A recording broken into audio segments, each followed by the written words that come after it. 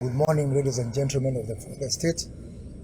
This morning we had a brief ceremony up there where I have taken over from my sister Cabinet Secretary Aisha Jumwa, who is now headed for gender, culture affairs ministry, and she has handed over to me the Ministry of Public Service. With me here is Principal Secretary Amos Gadesha for the State Department for Public Service. My also new State Department for Performance and Delivery Management, Madam Veronica Duva, as per the assignment of portfolios that was carried out that was announced by His Excellency the President some 10 days or so. I'm delighted to take over this ministry and to drive forward the transformation of our public service, and most importantly, to ensure that we have got a fit for purpose public service and a public service that adds value to the people of this country. As I've told Madam Aisha Jumo, we have got 900,000 public servants in this country, and these public servants, they are supposed to deliver service to 55 million Kenyans.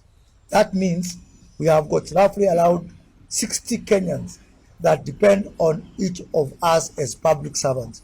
If you look at the issue of expenditure, we are now, our recurrent expenditure stands at around 52% of our tax ordinary revenue.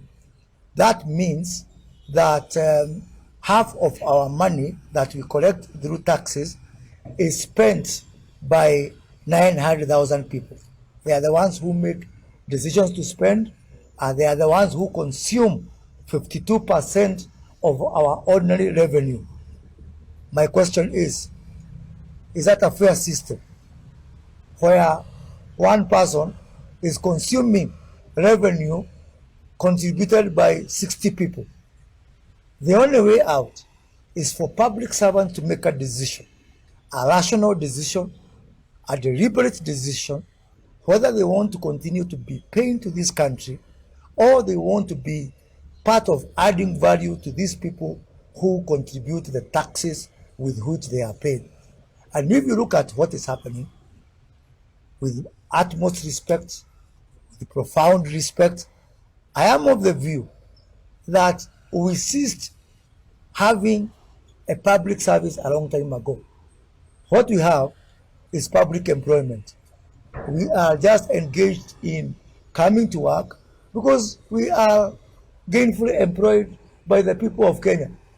And I'm asking public servants in this country to make a choice whether they want to remain as people in public employment or they really want, as the name suggests, to join public service. So I'm asking all these wadosi you see here to transition from being in public employment to being in public service. And being in public service entails a lot. You have to do more than work.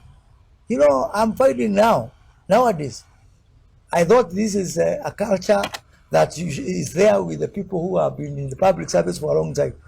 But even people, young people, leaving colleges, who find themselves with that privilege of working for in the public service, getting into the same bandwagon of hanging their jackets in the offices, of just doing what is, the hours required of them. People are not going even one extra mile to work for these people, for the great people of this country. And being in public service is a very big privilege and